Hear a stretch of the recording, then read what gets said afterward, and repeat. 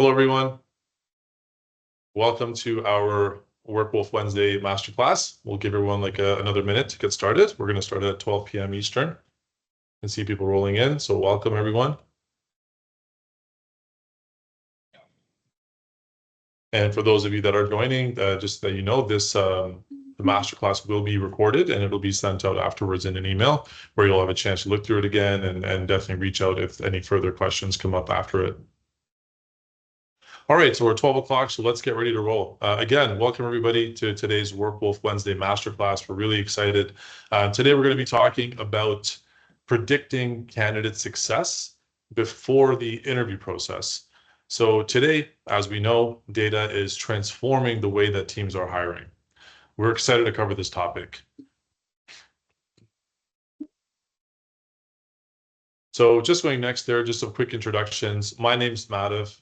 And we also have Mike Nguyen, and we're also going to be introducing Rhys Lewis. So for those of you that are new, we can just go next to Rhys. So for those of you that may be new to Workwolf, just as a quick reminder, Workwolf is an AI hiring platform that uses personality assessments that we call the Pack Finder and predicts using data job fit. And today we're really going to hone in on the latest and greatest in applying personality assessments. Which brings us to our guest speaker, Rhys Lewis, PhD in industrial and organizational psychology that specializes in the science behind assessments. Rhys is also the creator of Packfinder. We're really excited to hear from you, Rhys. Just some housekeeping. Mike will be keeping track of the chat and monitoring it. So if any questions come up as we go, please feel free to put your questions in there and we'll save some time at the end for Rhys to answer those questions. With that, over to you, Rhys. Thank you, Madhav. Yeah, so let's see. I finished my doctorate back in 2011 at the University of Western Ontario in industrial and organizational psychology, which is the branch of science that focuses on employee selection. My entire career, all 15 years, has specialized in developing psychometric assessments. So I've built 34 different assessments used to hire employees, 7 intelligence tests, 5 leadership assessments. I've developed psychometric assessments for deciding loans, even for landlords to use in screening tenants, and also for vocational interest to help people match to careers. And I switched. I've been consulting for the entire 15 years, and 5 years ago I switched over to developing my own test publishing firm. But today, what I wanted to do was introduce you to Workwolf's tool, the Pack Finder. So perhaps in the chat, you might be so good as to type in, what do you think was the most important event of 2024? We had some major elections. We have any Swifties in the audience? We had the Eras Tour, the Olympics. What do you think?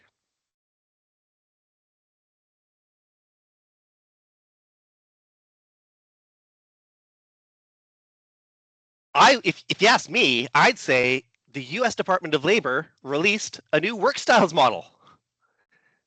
Okay, yeah, I know this makes me a assessment nerd, but hear me out, hear me out. I have good reason for thinking this is the most important event last year. Within the field of personality testing, I would say that there have been 2, now 3 major eras. In the early days, pre-1980s, all of the assessments were just focused on individual traits. And a lot of the tools back then, some of them were scientific, some of them weren't as scientific. A lot of them you're not even allowed to use for employee selection anymore. The modern field of personality testing really launched, really got off in the 1980s. That's because of 2 major inventions. First is the Big 5 model. The second one is meta-analyses. The Big 5 model, as I'm sure most of you are aware, is the idea that all or most personality traits can be organized into 5 broad factors. And in the early 2000s, a sixth broad factor was discovered and has been largely popularized and is gaining acceptance as honesty humility. And it's easy to see why the Big Five model made such a huge impact in the field of personality assessment. This slide here actually represents the cumulative knowledge of over a century of industrial and organizational psychology. Each bar here represents thousands of validation studies combined through meta-analysis. And what you see is when you aggregate the personality traits up to the Big Five factors, you find that personality turns out to be one of the best predictors of employee performance. It does a lot better than the typical type of interviews, unstructured interviews that are done, about double the predictive validity of those unstructured interviews.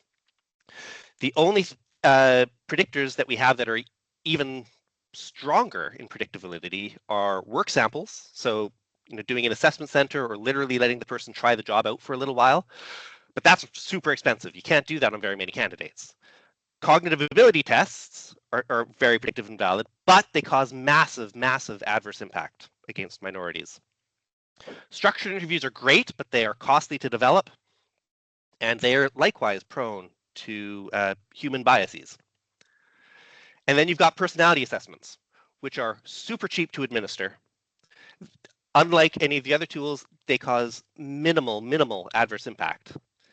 And they're highly, highly valid. So it's because of this type of meta-analytic data that personality assessments took off from a niche where only a few companies were using them for hiring to today where pretty much all Fortune 1000 firms include personality assessments as part of their employee selection process because they are so valid, because they are so cheap, and because, unlike other selection tools, they don't contribute to adverse impact.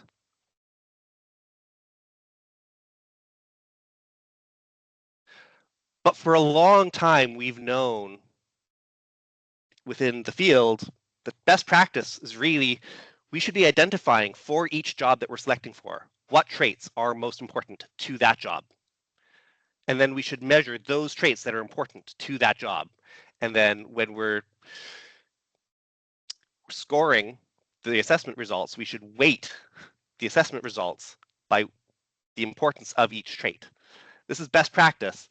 And if your firm has a lot of money, you probably have an in-house industrial and organizational psychologist like me to do exactly this. This is what the really resource-rich firms do. But it hasn't been available in to the broader population who take off-the-shelf tools.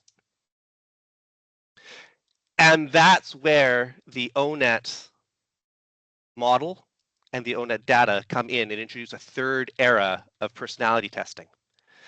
ONET has now published a Big Six model, so it includes all of the Big Five factors plus honesty, humility. They've released which personality traits are most important within each factor in a workplace context. And they publish for every single job in the standard occupational classification system, all 929 careers. They collect job analysis data to inform exactly how important each trait is to each job. Millions of dollars a year of job analysis data, all open source, published for free, makes it possible for regular firms to accomplish the best practice that was previously reserved for just those the Googles of the world.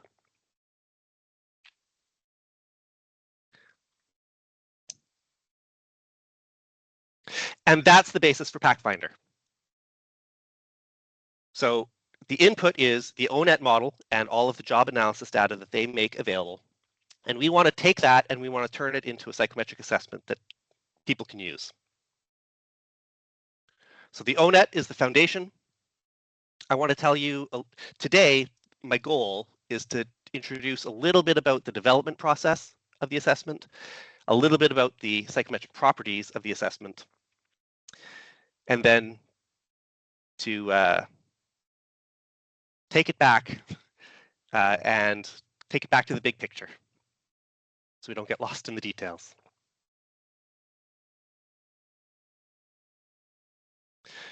Okay, so we want to turn the ONET assessment. We want to turn the ONET model into a psychometric assessment. Two major problems, two challenges in order to accomplish that. First problem is that ONET hasn't yet released the importance data for all of their traits. Only some of the data for some of the traits is available so far. That's problem number one. It's holy data. Problem number two, ONET only gives you the names and definitions of the traits. They don't give you any items to measure in an employee selection context. They give you the model, they don't give you the psychometric assessment. No problem. That's exactly what an assessment scientist like me does every day. This is our bread and butter.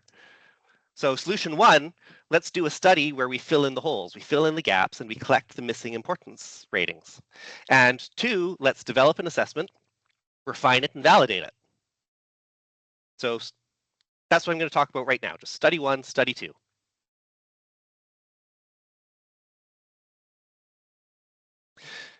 To fill in the gaps of the importance ratings, we recruited 21 experts in human resources. And we asked them to do a full 2 days worth of ratings. We asked them to rate the importance of 38 different personality traits, all of the traits in all of the ONET models, plus 14 more traits that previous research that I've done has suggested is important and that might go beyond the ONET models. And we asked them to rate the importance of all of those for 155 occupations, which covers most Workwolf customers.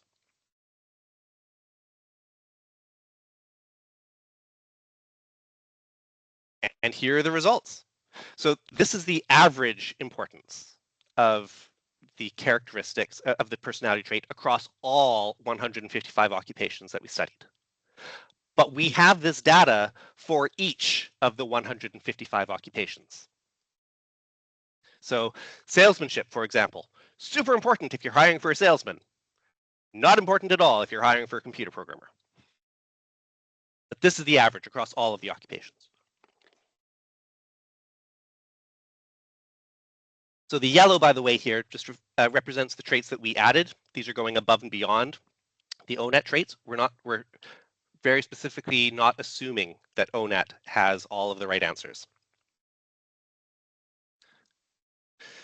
And then one thing I'll point out here is that the numbers is that the ICC, interclass correlation coefficient, for these numbers is super high, 0.96. So these numbers are highly, highly reliable.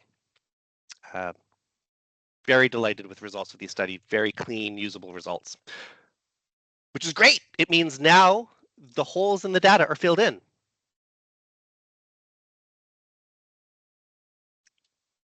Problem one solved. Now, let's move on to problem two. We need items in order to be able to measure these personality traits. We need an assessment. Well, wouldn't you know it, over the last 5 years, my main focus in life has been developing large pools of item for every single personality trait in existence. This is what I've been doing at Testerly. And so when ONET published their model, perfect. I've already got large pools of traits to cover each of those items. And that item pool has already gone through multiple different validation studies with other clients. So what I did is I picked 1,038 items that really optimized the match with ONET's definitions of the traits. And we administered those 1,000 items to 174 paid participants. In that validation study, we also included another measure, another really popular measure of Broad 6 personality, the Hexco inventory. We also included a lie detector, and we also included measures of job performance. Now, administering over 1,000 items is great because it lets us be super choosy. It means out of every 5 items, we toss out 4 of them. We only have to keep the best of the best items, the best functioning item out of 5. For each scale, we only typically want to retain about 8 items, but we had about 30 to choose from. And what do I mean by best items to be retained? By best, I mean the items that, based on the evidence from this validation study, showed maximized the reliability of the scales, showed maximum resistance to faking, minimum redundancy between scales, highest wording quality, minimizing adverse impact and group differences, and we wanted to retain an equal number of positively coded items as reverse coded items in order to minimize the impact of response sets where people tend to agree with items. It's called acquiescence.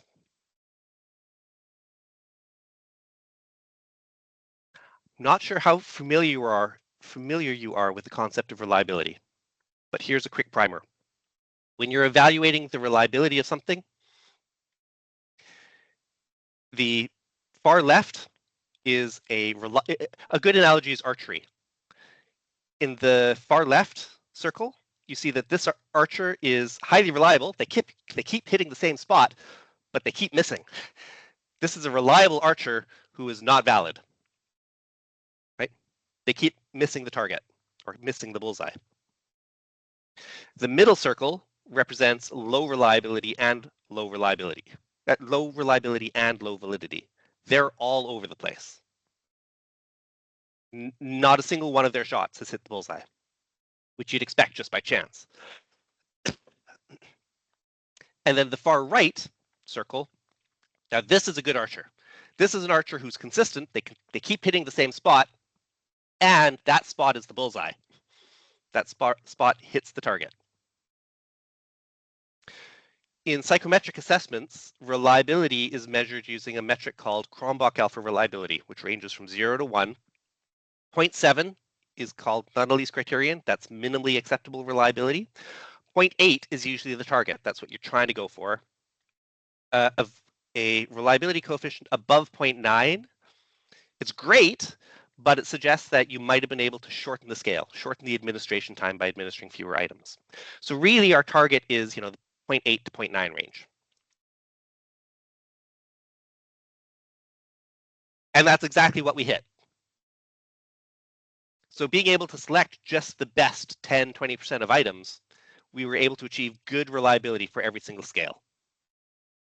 Out of all of the scales that we administered, only 2 scales are just at the border of 0.8, and that's politeness, tact, and the lie detector scale.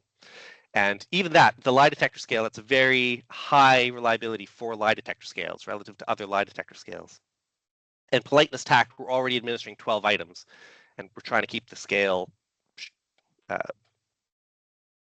We set a criteria that we would only administer up to 12 items for a scale, so that's why it's right at the border there. Trying not to make it too much longer.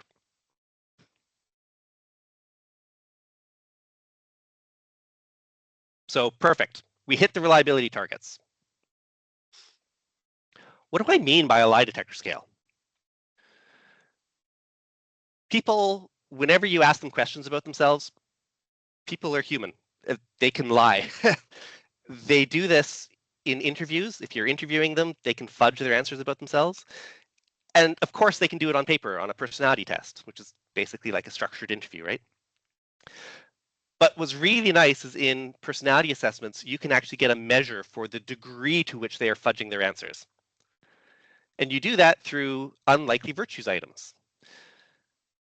A good example is, in the last 3 years, I haven't told a lie. Bull. That's ironic because anyone who claims that they haven't told a single lie in the last 3 years is probably lying right now, right? The thing about unlikely virtues is they're unlikely. Any one person might legitimately be able to claim 1 or 2 of them, but as soon as you start claiming like half the unlikely virtues, yeah, it's pretty obvious that you are fudging your answers in order to get make a good impression, get a higher score. You're not being honest, entirely candid in your answers. And what that means is when a person gets flagged on the lie detector scale, on the candidness scale, what it means is you shouldn't really trust the information that they're giving you about themselves. You should rely more on third-party sources of information. It doesn't mean they'd be a bad employee. It doesn't mean you shouldn't hire them. It just means you have to take their answers with a grain of salt. They are trying to manipulate the impression you have of them, which, by the way, can be a really good salespeople. Good salespeople tend to do that a lot. So that's why you don't want to just disqualify someone due to the candidness scale, but you do have to take the answers with a grain of salt.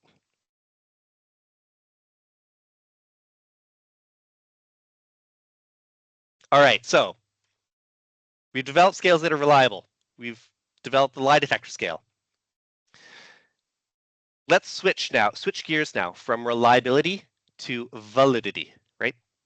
Okay, we've got scales that are consistently hitting the same spot. Now, are we hitting the bullseye? One way to evaluate validity is to look at the degree to which the scales that we developed are measuring the same traits as other scales that are already published in existence, well-regarded scales. So we used the traits, the scales from the Hexco personality inventory. And they're a really good choice because they're one of the few inventories that cover the honesty, humility content, that sixth factor that's super important. In fact, it was their authors who popularized honesty, humility as an important factor, the second most important factor beyond conscientiousness.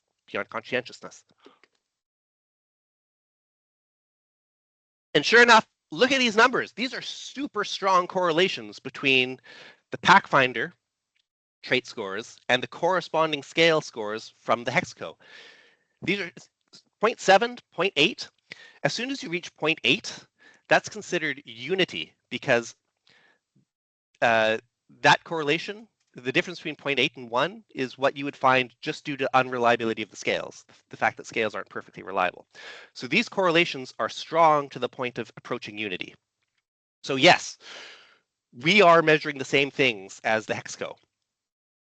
If we're wrong, the Hexco is also wrong about the same things.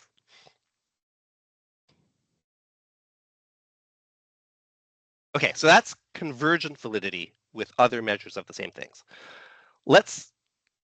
Another way that you could evaluate validity, the degree to which we're hitting the target, is how well do the scales predict job behaviors that employers care about?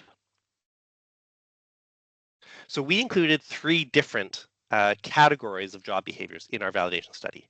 Counterproductive workplace behaviors. These are secret behaviors that harm the organization. Employee theft, bogus sick days, sabotage, speaking down or abusing other employees, right? Organizational citizenship behaviors. These are extra role behaviors that contribute to organizational success. These are like volunteering to work additional hours, helping out an employee who mentoring someone, right? These are often outside of the person's explicit job role, but they're really important to organizational success.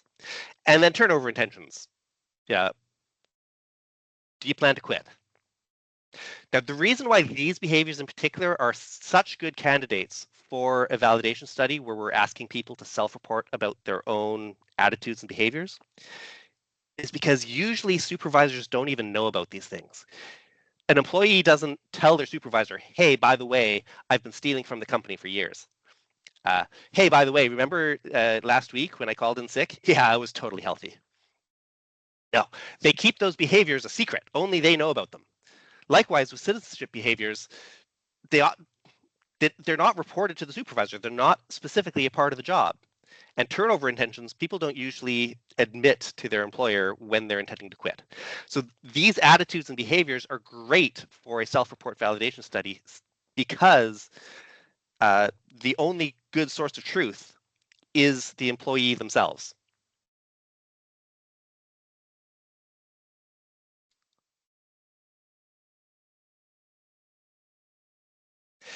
And what we found was yeah, there's some good, strong prediction of these behaviors and of these attitudes. So the best predictors of turnover intention were dependability, integrity, and rule following. Of organizational citizenship behaviors, there was initiative, achievement orientation, persevering, empathy, warmth. And counterproductive behaviors, politeness and tact were the best predictors of interpersonal related counterproductive behaviors. Those are things like abusing others, being mean to others, and integrity was was the best predictor of the organizational directed counterproductive behaviors, things like theft.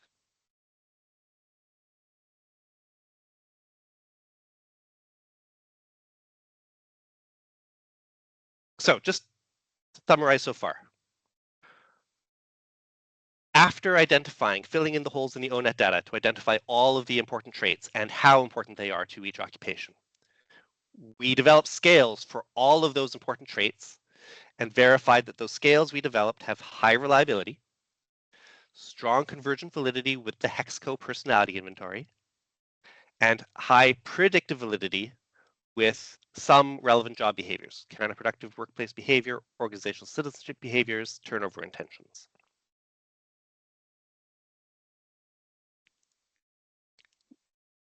A next major component that we want to validate is,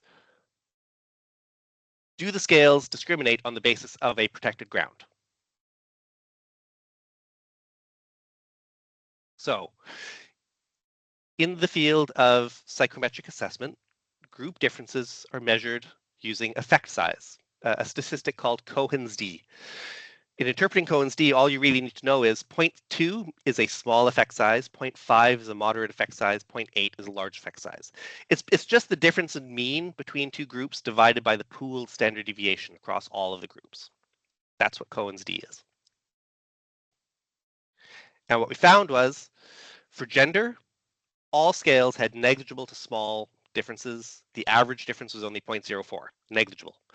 For age, all scales again had negligible to small differences. The average was 0.17.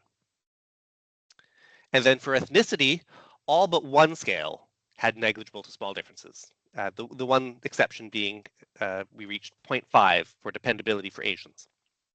The average was only 0 difference for Blacks, 0.15 for Asians, 0.16 for other ethnicities.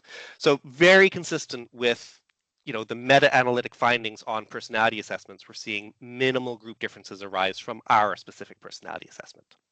So again, mission accomplished.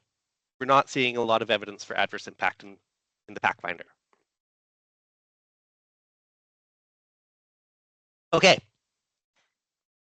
So we filled in the gaps in the importance rating data. Our scales, measuring all the important traits, have high reliability, strong convergent validity, high predictive validity, and they don't discriminate on the basis of protected grounds. But we don't have to stop there. We can do a bonus. We can look at the factor structure of the model. And this is pretty cool, because remember how I said ONET provided you with provides the names of the traits and the definitions of the traits, but they don't provide any items. They don't provide an assessment, which means they didn't really have any way to confirm, to validate the hypothesized factor structure of the model that they put forward. But we do. We have an assessment. We have the items that match their definitions. We can do confirmatory factor analyses to see how well their hypothesized model holds up to real life data. I think that's pretty cool.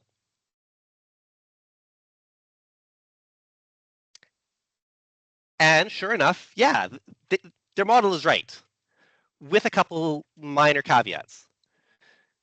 The self-control personality trait actually fits better on agreeableness rather than on emotional stability, where ONET had put it. Self-confidence, the personality traits, fits better on emotional stability rather than on conscientiousness, where ONET had put it. Not sure if there's any data nerds listening, but if you are interested, there are the confirmatory factor analysis fit statistics down below, and you can see that across pretty much all statistics, the revised model with those two modifications do fit the data slightly better. They reduce the error rates.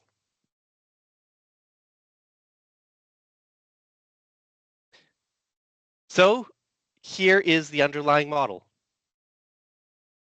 Here's the degree to which each trait loads on its intended factor in yellow. And I've also highlighted the cross-loadings. So when a trait cross-loads almost as highly or as highly with a different factor in addition to its intended factor, I've highlighted that in blue. And that's expected in pretty much any personality inventory, especially when you are choosing the traits that you measure based on the importance rather than for the purpose of maximizing discrimination between different factors. So really happy with this result.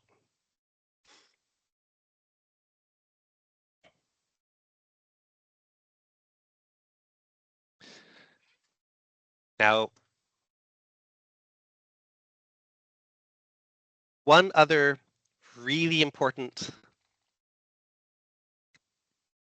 quality I want to bring to your attention is that we didn't just stop at developing one assessment. We actually built two different assessments for different purposes. If you ask me, Rhys, can you just give me the shortest assessment possible? Like, time is of the essence. Just give me the assessment, the shortest possible assessment I could possibly give to my job candidates. Well, my answer to you would be, okay, I can do that. It'll be a 15-minute assessment. And it'll include only the traits that are in the ONET model. And of the traits in the ONET model, there were some that were rated as pretty low importance. So let's only include the important traits from the ONET model. And let's also include the lie detector, because it's important that we be able to tell when people are fudging their answers. So if you do that, if you include only the traits in the ONET model that are at least 1.4 importance, and you include a lie detector scale, you get 172 items, which takes about 15 minutes for candidates to complete. That's, I think, the shortest possible valid assessment that a company could reasonably give job candidates and measure personality traits. But if you relax that criteria a little bit, you say, okay, well, if this was you, what assessment do you think would be, what assessment would you design? What do you think I should use to select job candidates? I would say, if you're willing to spend let candidates spend a little bit more time on the assessment, you can get a much better result. You can cover all of the ONET traits. And you can get at least 3 traits per broad factor. So now you get reliable, stable broad factor scores. And ONET's great, but based on the importance ratings that we collected, we were right. There are some important traits, highly, highly important traits, that weren't in the ONET model. Like organization. People are rating this as above 2 importance. Taking responsibility, rule following, politeness, tact. Remember, the best predictor of interpersonal counterproductive workplace behaviors? Non-aggressive, warmth. If you give me a little bit more time, a slightly longer assessment, we can cover all of this stuff. And in my opinion, it's worth it. The result is a 266 item assessment that takes 23 minutes. So both of these versions we developed and are available.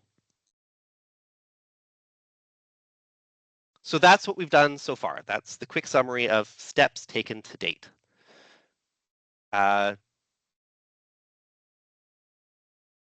we can shift now to give you a little bit of a sneak peek for what's around the corner. What's going to happen next?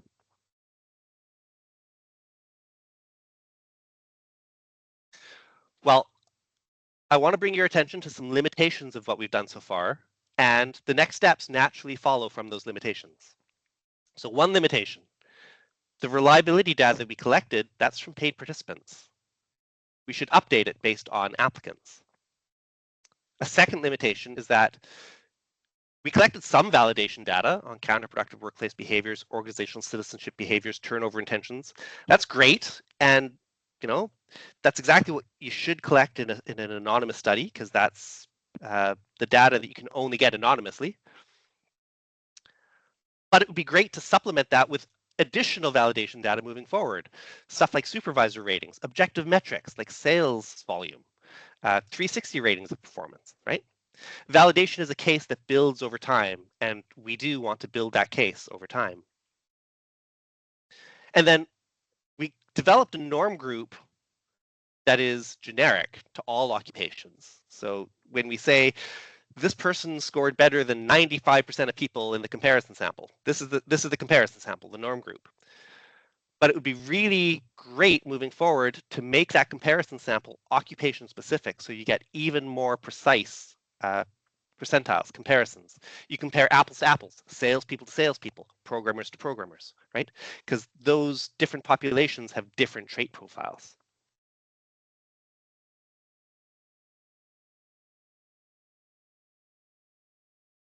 So that's all the new information that I wanted to be able to cover with you. The next few slides are just a review, just reinforce information you already have in hand.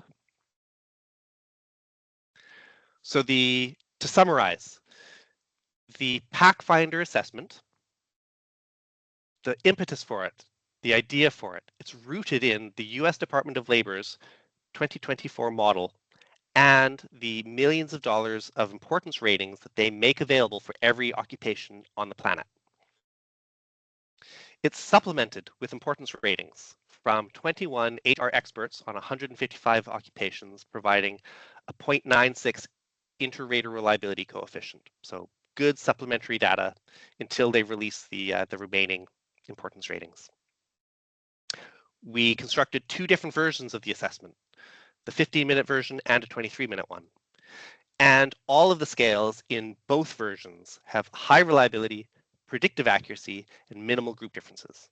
I should say the only difference between the 15-minute version and the 23-minute version is how many scales are included. It's the same items in each scale. It's just the longer version includes more scales. It's more comprehensive. We've shown that not only are the scales reliable, accurate, with minimal group differences, but they also have good factor coverage. They are good at covering all 6 broad personality domains. So these tools are ready for use in hiring, with the caveat that we want to continue building the case for validity over time. We're not resting on our laurels. We want to add more validation evidence with clients. Now, I've thrown a lot of information at you today. I don't want the key take-home messages to get lost in the details. If you don't mind, I might just take a minute to separate the baby from the bathwater.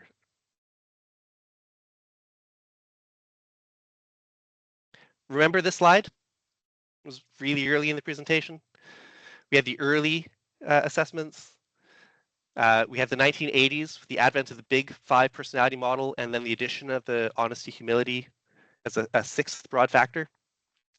And ONET was ushering in a new era. Well, now we can give a little bit more color and context to what that new era looks like.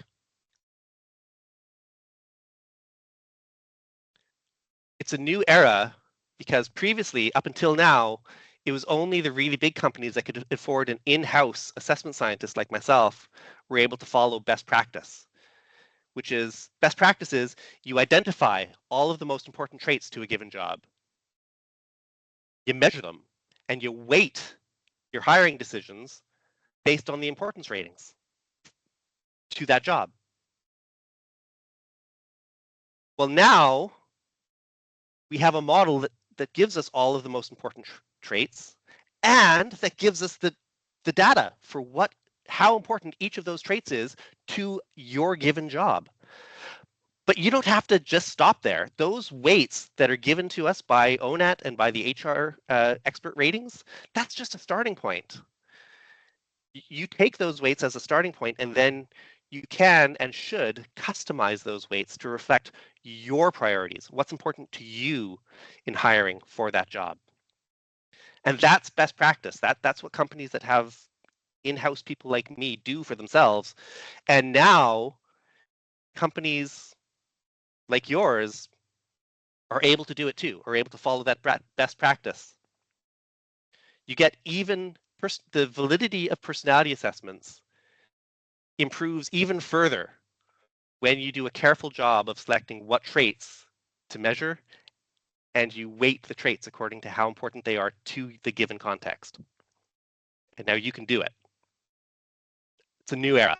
It's the iPhone moment of this era, right? Now that this is possible, we shouldn't go back to doing it any other way. Like any other way would be like using a BlackBerry or flip phone. They still work. They're still good. But why would you do that when this is possible now? Or to put it even more succinctly, Pathfinder enables you to hire people based on what's most important to you.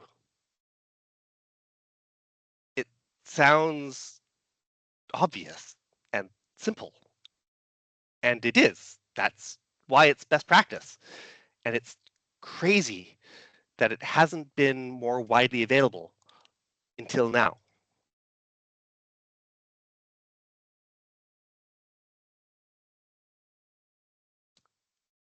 Edheb, I'll hand it back to you. Yeah, sounds great. So we have some questions. Thanks for that, Rhys. That was great. Very insightful. We've got some questions coming in that we can start moderating. Mike, do you also want to go through some of the questions that have come in for Rhys? Yeah, sure. One of them is they said you referenced large companies earlier and how this was more commonly done with large companies. You're saying, what are smaller companies doing with small budgets? Typically, what's the cost of an assessment on average? They use off-the-shelf, small companies typically use off-the-shelf tools. Think of Hogan personality assessments. Think of Sigma assessment systems. Think of SHL assessments. So these are tools that were built usually in the 1980s. They all measure the exact same traits. They all have the exact same weighting of traits. It gives you an overall score that is just generic to any job. Typical cost is based on volume. Usually those employee selection assessments they've been priced out at about $20 per assessment, but with volume discounts going down as low as $8. And that's been the historically the traditional model. And Karen, if you want to learn more about some of the available packages, just feel free to reach out and we can connect and go through some specifics. Mm-hmm. It's just a plug, I guess, for Workwolf. The subscription that we have available comes with unlimited, so the volume is infinite, or at least right now. The next question from Laura is, what steps we're taking to ensure that the Pathfinder doesn't introduce any bias or discrimination into the hiring process?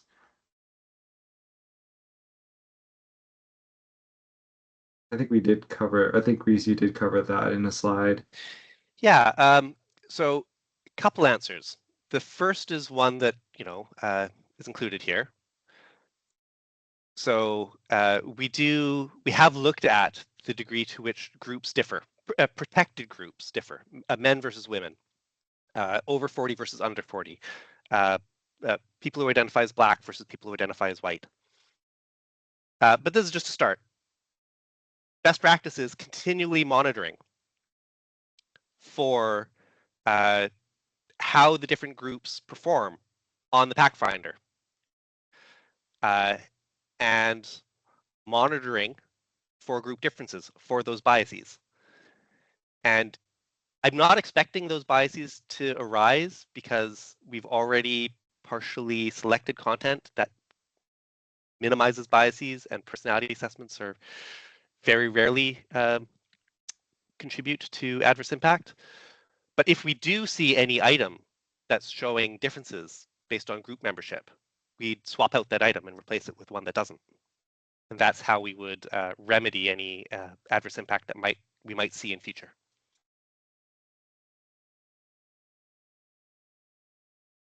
Great.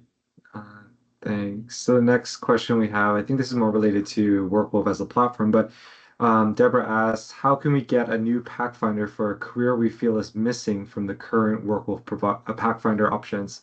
I think Deborah means the predefined benchmarks and the 155 job types that we currently have. Yes, 155 occupations covers most, but Occupations, not yeah. all. So a couple answers for you. One, ONET does have a lot of the trait data for all 929 occupations. There's just going to be some missing holes where they don't have data for some traits.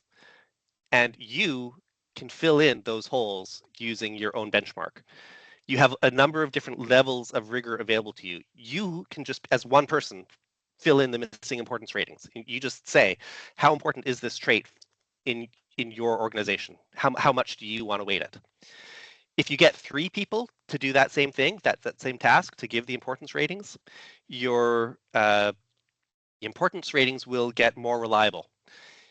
If you choose to go up to 10 people providing those ratings within your organization, then you will likewise achieve within your organization the interclass correlation coefficient, the inter-rater reliability above 0.9, to have a really high confidence that those truly are valid and accurate importance ratings for the job. But you don't have to go that far. Like that's additional levels of rigor. It's perfectly fine and a good way to go to just you yourself, one person, take the existing available data for the job and fill in the holes yourself. Just give the importance ratings to the missing traits and use them. And that process is called benchmarking. Rhys, just to build on that question, the idea of customized benchmarks. Sometimes we have like you'll have an organization that just says, I wish I could find more people like my best. If I could just, clone in essence my best performers. Is that something that's possible, or how would that work with Pathfinder? Yes, so it's a great validation design. So validity is all about discriminating between, identifying the differences between your top performers versus your non-top performers, like your bottom performers. What traits distinguish those two people? Just because a trait is really common with your top performers doesn't mean it's actually an important distinguisher. Your bottom performers might also be really high in that trait, right? You need the distinction. So a really good validation design is to administer the assessment to a large sample. Unfortunately, it does have to be large because statistics require enough people to stabilize. To about 50 top performers and about 50 bottom performers. And then you can identify what traits separate the two. But the best use of that data, you'll get results from that validation study, and it'll be useful and great. But the results should be used to inform human judgment for what's important. Based on those results, we see that this trait really separates the top performers from the bottom performers. Therefore, let's as humans decide that this trait is going to be like a 4 out of 5 importance or a 5 out of 5 importance, right? Validation studies inform human decisions for what the importance weights should be. I would recommend against what's called the Dust Bowl empiricism method, where you just take the correlation coefficients that you observe in a validation study and use those correlation coefficients as or in lieu of importance weights. You get a lot further, you get a lot better results when you use data to inform judgment than when you use data to replace judgment, or you create judgments without any data. These are better done together. That's great, Rhys. So say in the example, like you mentioned, like you ideally want to have 50 top performers and 50 underperformers. If you're in a situation where like you don't have that, let's say that I have a bit less, maybe it's 12 or 20 or even fewer. If you just want to find people that are similar to your top 5, is there a path that you can take in that situation? The best thing you can do in that situation is ask your top performers, can you please tell me how important you believe each of these traits are? That will give you a reliable result that you can use. You just ask them to identify what traits are important. And they're, the expert. They're your best people in the job. They're the best people to provide those ratings. those ratings are usable. Unfortunately, for that validation design where you, through statistics, identify what distinguishes top from bottom performers, unfortunately, there's just no way around the sample size constraints. In order for those statistics to become interpretable, it requires larger sample sizes. At least 30 people per group, but yeah, preferably 50 people per group. Awesome. But yes, there is a design where you don't require that large a sample size, and that's just asking them for their opinions. For the people who are the best at the job, what do those people think is important to their job? And that, by the way, is exactly the design approach taken by ONET to collect the importance ratings. Thanks, Rhys. We have another question coming in from Liam. Can the Pathfinder help identify high potential talent for roles that they haven't done before? Yes. It would involve collecting importance ratings for all of the traits for people who are in the job or know about the job. So you could start with one person just providing the importance ratings. But if you were willing to do 5 people providing importance ratings or 10 people providing importance ratings, your ratings would get a lot more reliable, a lot more usable. You'd have more confidence in them. But basically, you just take some people who are familiar with the role. We may not know about the role. We may not have any data about the role. ONET may have never even heard about the role.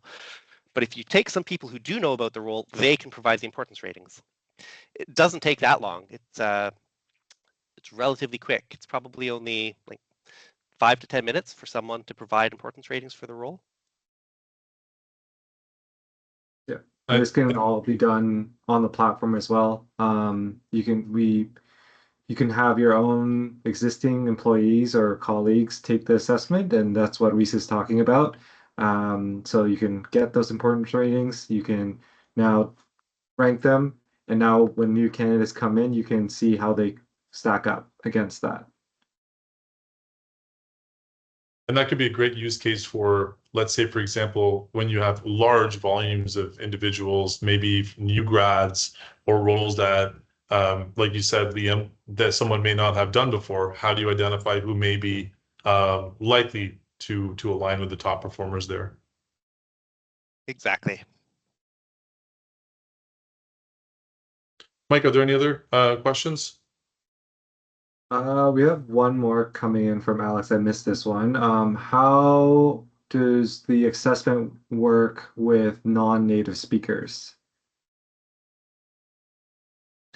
So it works relatively well as any assessment out there. So I specifically, as part of the design process when selecting items, remember the wording quality was one of the selections for how an item was chosen to be retained in the final assessment.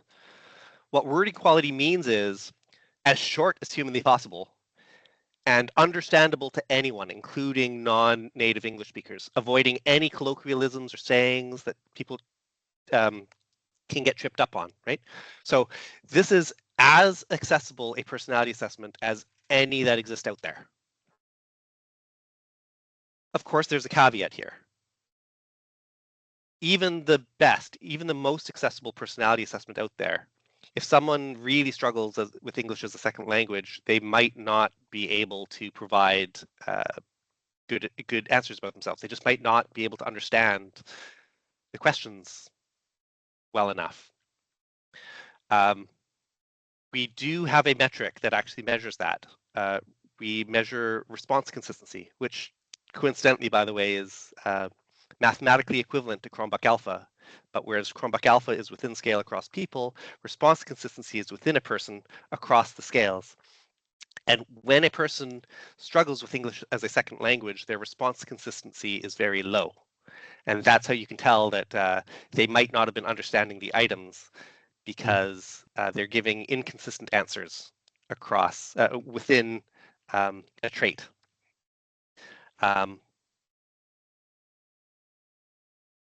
So that's a way that you can help identify when when languages use have occurred. I'm not sure if Workwolf currently outputs that response consistency metric on its reports, but it is something that we measure.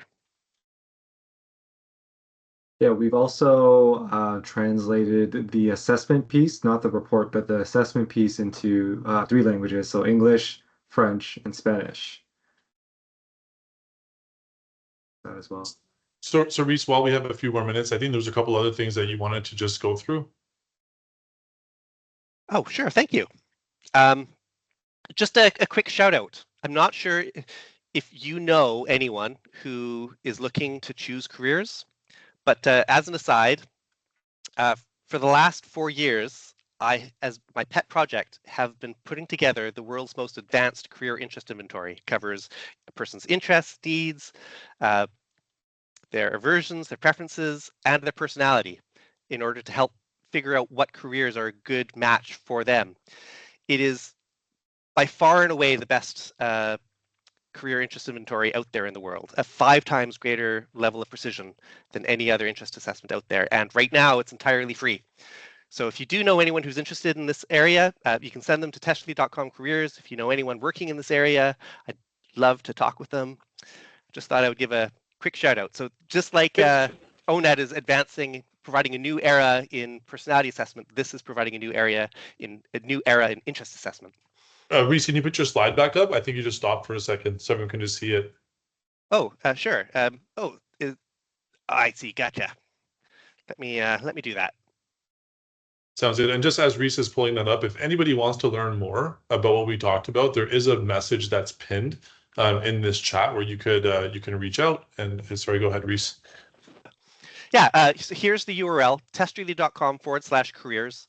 By far and away the most accurate interest vocational matching tool out there right now, and right now it's completely free. So yeah, if you want to send anyone there or start any conversations about it, that would be awesome. Perfect. And just on the next one, as a couple of quick last things to wrap up. Rhys, again, really thank you for your time today. This was great. We learned a lot. As mentioned, if anybody wants to learn more, there is a link that's pinned above where you can reach out to us and we can chat. We're also going to send out a recording of this that you'll have it with additional contact information. And just so that you know, again, Rhys, thanks so much. The next webinar that we're going to be having in our Workwolf Wednesday series is a call with Indeed. We are an official Indeed partner, Workwolf is, and this will be covering the topic that's strategies to attract top talent. So really excited about this one, which will be August 13th. If you wanted to register now, feel free, but we will also be sending out a link to register for that. Mike, any other questions in the chat? Are we all good? Not that I see. I think we're all good. Perfect. Thanks so much, everyone. Really appreciate you all joining. This was great. Rhys, once again, thank you so much for taking the time to chat with us about the science and data and psychology behind assessments. Thanks, everyone. Have a great rest of your day. Thanks, everyone. Thanks, Rhys. Thank you. Take care, everyone.